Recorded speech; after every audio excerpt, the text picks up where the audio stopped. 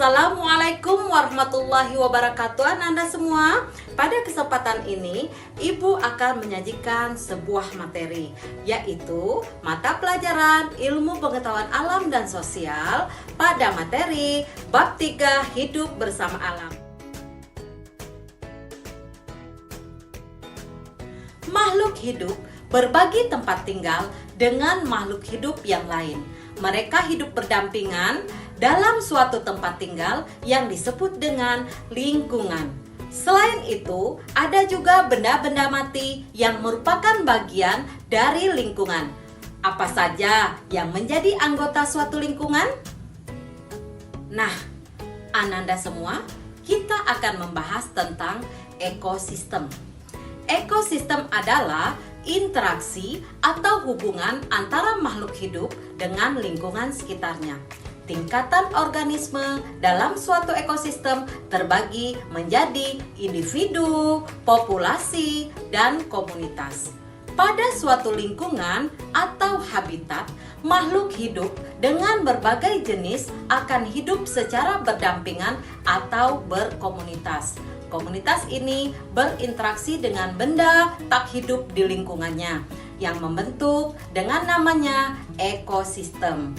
Setiap komponen dalam ekosistem, baik yang hidup maupun tidak hidup, memiliki peran untuk menjaga keharmonisan interaksi yang ada di dalamnya.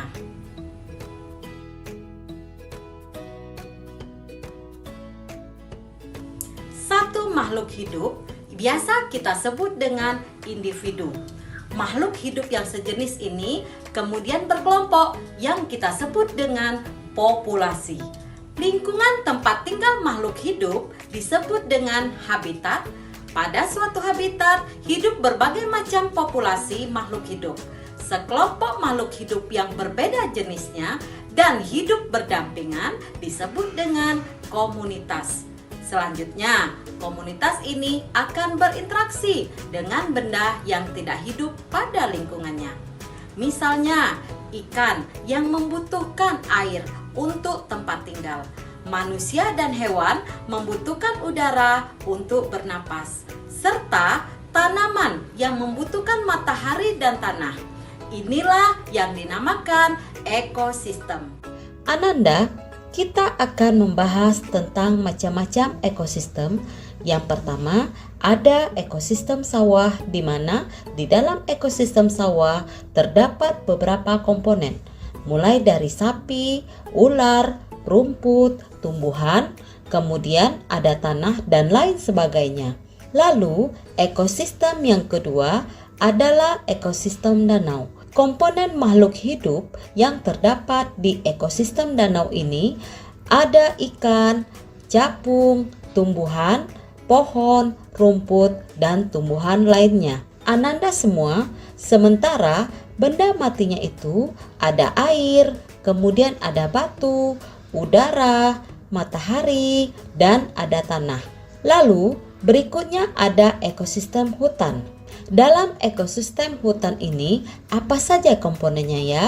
Ya, ada tupai, burung, kera, rusa, tumbuhan sebagai makhluk hidupnya.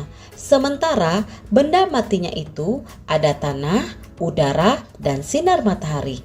Kita lanjutkan ke contoh ekosistem berikutnya, adalah ekosistem laut. Makhluk hidup apa saja yang ada di sana? Ya, ada bintang laut, ikan, kura-kura, terumbu karang. Sementara benda matinya itu ada air, kemudian ada juga pasir. Bisa dipahami ya? Kita lanjutkan ke contoh ekosistem padang rumput. Komponen makhluk hidup pada ekosistem padang rumput itu ada tumbuhan, kemudian ada beberapa hewan di sini seperti singa, zebra, kemudian ada gajah, jerapah, dan burung.